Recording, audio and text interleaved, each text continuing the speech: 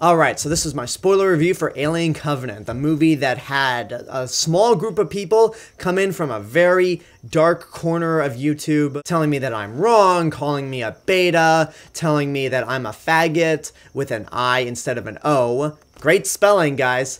And it honestly hasn't bothered me, really, because it's just a bunch of people on the internet who haven't even seen the movie, so they really have nothing to prove. But there were a couple of nice comments out there. One of them actually recommended that I give the movie a second chance, and I was going to anyway, because the stuff that I wanted to talk about, I really couldn't because they are legit spoilers, and they're the things that kind of hurt the movie for me. But first of all, let me just say that I really wanted to love this movie. Again, I'm a big Alien fan. I would not be wearing this shirt on every Alien review that I've done, the press screening for Alien Covenant, and the screening that I just got out of, if I wasn't already a big fan to begin with. So, anyway, calm down. I'm not gonna get angry. I'm just gonna be relaxed.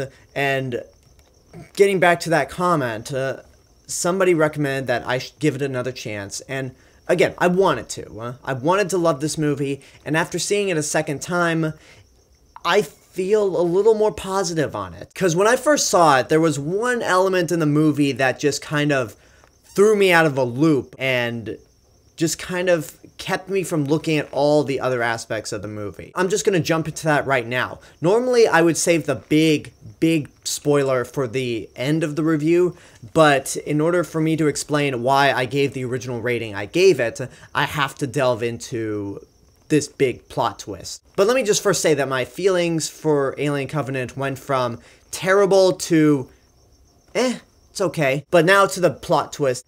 David creates the Xenomorphs. Michael Fassbender is back in this movie as the new android Walter, who is the artificial person on board the Covenant, and David, the only survivor from the Prometheus. And David has been living on what we assume is the engineer homeworld that he pretty much killed off with all those pods that we saw in Prometheus. And during the 10 years that he's been on this planet by himself, he has somehow managed to create, with his bare hands, with barely anything at all, these xenomorph aliens. And when it got to the point when the movie established that David has pretty much been sort of a zoologist and has been working on these certain creations, and then he invites the Covenant's captain, played by Billy Crudup, to see his perfections. In my mind, I was thinking, no, they won't do this. They're not that dumb to do this. Then the scene kept going, and it's like, please don't do this, Ridley Scott. You're better than this. And then once it showed that David created the Xenomorphs, I was thinking to myself, son of a bitch! Because think back to Alien. Think back when you first saw Alien. When the crew of the Nostromo landed on LV-426 and discovered the derelict ship, we saw this fossilized alien, the space jockey, or engineer as it's now called, with a hole in its chest. And then we dig deeper into the ship to see all of these eggs that were fresh and alive, despite the ship being there for thousands of years. Where do those eggs come from? How are they still fresh after all of these years? You never knew. That was the beauty. You could make up anything in your mind. And when I saw Alien for the first time, my interpretation of that whole setting was the Xenomorphs are dangerous enough to where even as eggs, they can survive for thousands of years. And with Prometheus, it's safe to say that the Xenomorphs were created by the engineers, since the engineers created all forms of life. So if that were the case, I'd be willing to accept it. But David created the Xenomorphs. The Xenomorphs are a brand new alien species, and this movie is supposed to take place 10 years after Prometheus, which that movie itself takes place 30 years before Alien. And there's even a Xenomorph mural on one of the walls of the derelict ship in Prometheus, establishing that the Xenomorphs already exist. So the fact that we now know that the Xenomorphs are a brand new life form created by this android, it completely ruins the mystery of that derelict ship in Alien. It completely ruins the backstory of the Xenomorphs, and it doesn't make them as scary as they once were. Why do the birds attack in Alfred Hitchcock's The Birds? You never know. Why does the shark attack in Jaws? You never know. Why does Michael Myers go around killing people in the first Halloween movie? Because he's pure evil. Why? You never know. You don't need any more answers than that. Where did the Xenomorphs come from? Why are they so terrifying? How can they survive in all these different terrains? You never know. And now we know, and it's bullshit. Whoever thought of that idea, whether it was one of the writers or Ridley Scott, you should be ashamed of yourself. So it's that one little aspect that basically made me pissed off when I first saw Alien Covenant. Watching it a second time, there are a lot of good things in it.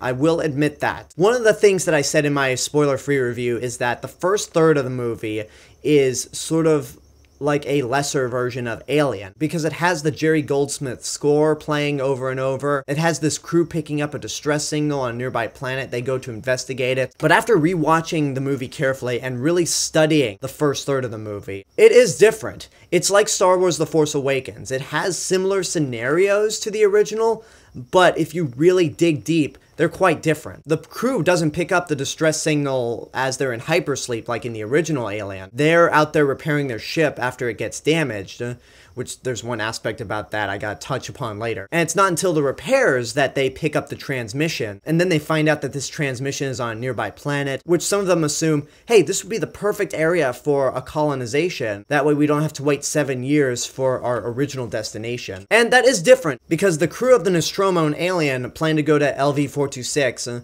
find out this distress signal, and then leave. They don't plan to stay there. The crew of the Covenant picks up this distress signal, but also goes down to the planet where it originated to see if it's perfect for colonization. It is different, so I'll give it that. Now I want to talk about the characters. One of the big things that I couldn't say in the original review was that James Franco is in this movie, and he got it worse than Guy Pearce in Prometheus. James Franco is supposed to be the Covenant's captain, but in this movie, you only see him in a cryotube right before he gets burned alive in the cryotube because the rest of the crew couldn't get it open. And then we only see him in pictures and an iPad video.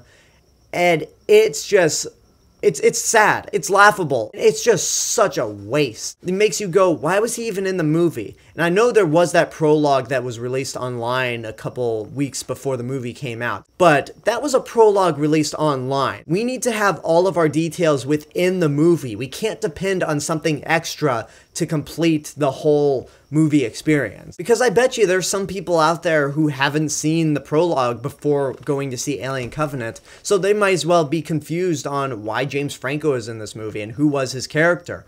They'll never know. Another thing that I said in my original review was that the characters make a lot of stupid decisions, and it's only like 4 people. There's a scene in the landing shuttle where this guy has been infected by some sort of spores and gives birth to the terrifying Neomorph, which is pretty much an albino-looking xenomorph, and the sequence when it pops out is very unsettling, but one of the characters in that scene is downright stupid. She locks one of the characters in the room with the Neomorph and doesn't even bother to open it up until the Neomorph attacks that other character and kills her. When she brings out a gun to try to kill the Neomorph, she foolishly slips on some blood and shoots in the air, and then when she's finally in the main hull and is trying to shoot at the Neomorph, she keeps shooting until she hits some gas canisters, and then boom, destroys the whole ship. And it's just like really, really stupid. And that's the main aspect where I say the characters do really, really stupid things.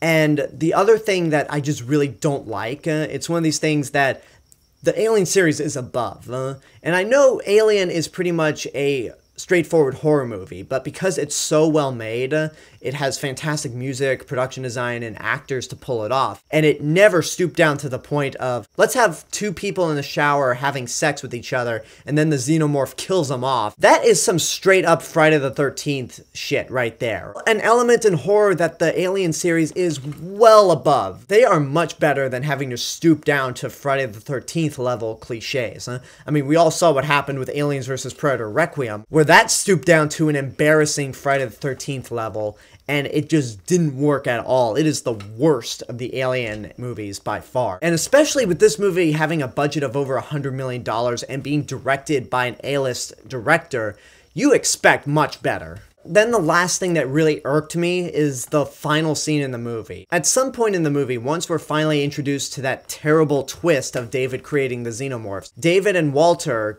get into a fight, and we assume that Walter destroyed David once and for all, and the rest of the surviving crew of the Covenant escape back to the ship after a really exciting action scene where Katherine Waterston is hanging from the side of this other cargo ship as she's trying to kill the xenomorph that's attached to it. It's a pretty exciting scene. But then the last scene in the movie, once everything's wrapped up, it's revealed that David is somehow now in Walter's body, and he puts Katherine Waterston's character into hypersleep and then puts in 2 facehugger embryos in one of the drawers that contain embryos of the other colonists. And it's just a downright horrible, deceptive, and lazy ending. It's the ending to Life all over again, the Alien movie with Ryan Reynolds and Jake Gyllenhaal that came out a few months ago. And I was just like Katherine Waterston's character as soon as she realizes that Walter is David. I'm just like, no! It just really made me mad. And it's one of those things where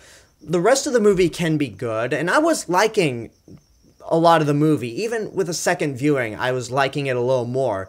But the ending can really ruin the whole movie. In the end, I feel more positive about it than when I originally saw it. I think it's a gorgeous looking movie. The cinematography, the production design's amazing.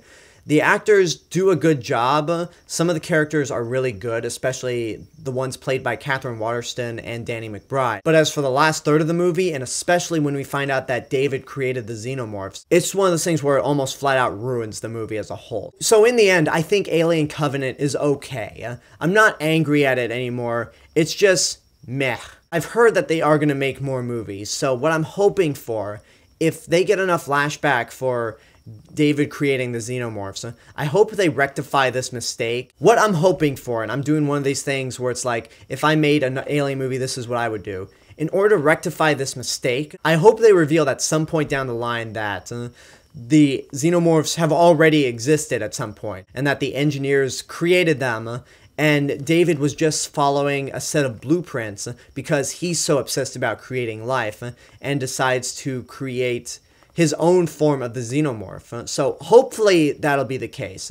If they rectify that mistake, and that these xenomorphs are just a test for David to create life, and that the xenomorphs have always been around, then maybe I'll be more forgiving with this movie. But as of now, with the information that we have because of this movie, I absolutely despise the idea that David created the xenomorphs, and that they're not a species that have been around and survived for thousands of years. So there you go, my spoiler review for Alien Covenant. Hopefully you now know why I feel the way I do about this movie, and if you don't agree with me, that's totally fine. Just go enjoy the movie for yourself, and if you do agree with me, then that's fine as well. So I hope you enjoyed this review. Leave a comment down below and tell me what your thoughts are on all the stuff in Alien Covenant. Let me know what your thoughts are on David creating the Xenomorphs. Are you fine with it? Does it piss you off? Let me know in the comment section below.